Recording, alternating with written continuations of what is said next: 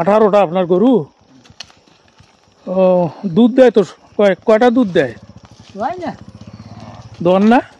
কিন্তু বাছুর আছে তো, একটা দুটা তিনটে চারটে পাঁচটা বাছুর আছে। ও, একটাও দোয়ান না? বাড়িতে খাওয়ার জন্যেও না?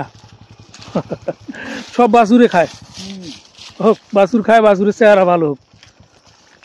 বন্ধুরা, আপনারা শুনলেন ওনার মুখ থেকে ওনার 18টি গরু।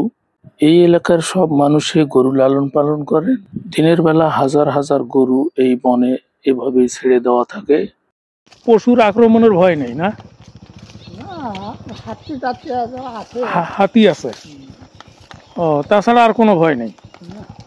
এই বনটি ভারতীয় সীমান্তবর্তী এলাকায় শেরপুর জেলার শ্রীবর্দী উপজেলায় একদম সীমান্ত ঘেঁষা এই শালবনটি। এখানে যখন তখন হাতির পাল নেমে আসে পাহাড় থেকে এবং এই এলাকার কৃষকের অনেক ক্ষতি সাধন করে। ঘর বাড়ি, ক্ষেত খামার, গাছপালা ধ্বংস করে এ সকল হাতির পাল। তাই তো রাত জেগেই পাহারা দেওয়া লাগে।